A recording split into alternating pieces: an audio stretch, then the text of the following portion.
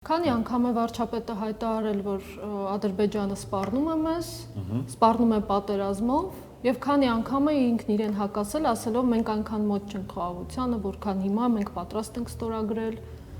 Այսինքն իշխանության բոլոր հայտարարությունները միմյանց շատ հակասում են։ Արտգործնախարարը կարող է մի բան ասել, վարչապետը մի բան ասել,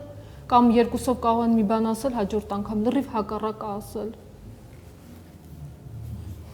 Իսկ մարդկանց էլ Ինչն է հակասում, ես չհասկացա։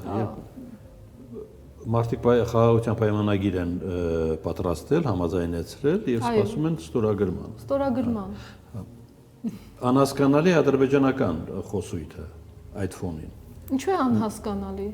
Ադրբեջանը ունի օրակարգ եւ գնում է իր օրակարգով։ Մենք քանի որ չունենք օրակարգ, դրա համար մենք անընդհատ կախված ենք ադրբեջանական Խնդրեմ օրակարգ, Միրզոյանը ասում է, դա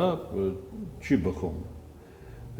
հայ-ադրբեջանական օրակարգի շահերից եւ սպառնալիք է համարում, դա պատասխան չէ Ադրբեջանին։